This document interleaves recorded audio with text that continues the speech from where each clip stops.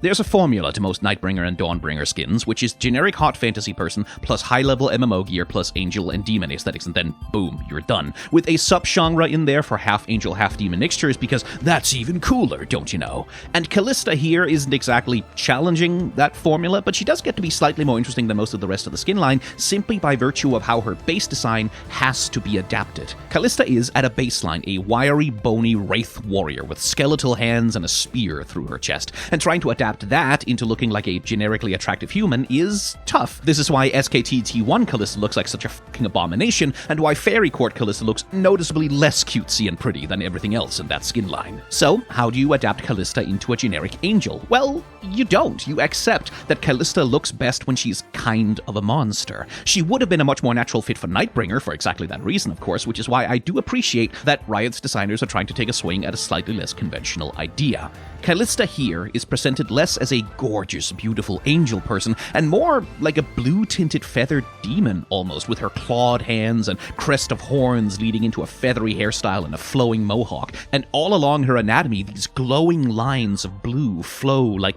blood veins under her skin, concentrating around the open spear wound in her chest, which is presented as a physical wound. It's not graphical enough to hit age ratings, of course, but it's also not sanitized to look like some bloodless magical portal through which the spear passes painlessly or whatever. This looks like it's hurting her. Now, I don't want to oversell this. Kalista is still wearing the generic over-decorated golden MMO gear. She's still way over-designed with way too much detail going on, and the skin still concedes to the customary perfect face of makeup, which is obviously mandatory and crucial for female characters no matter how many spears they've got stuck through their chest. But in the context of the skin line, Kalista does get to be more interesting than most of the other Dawnbringers. She gets to have more of her own aesthetic and her personality, and her base design matters to her a little bit here. And in a skin line that is otherwise as flat and lifeless as this, that does count for something.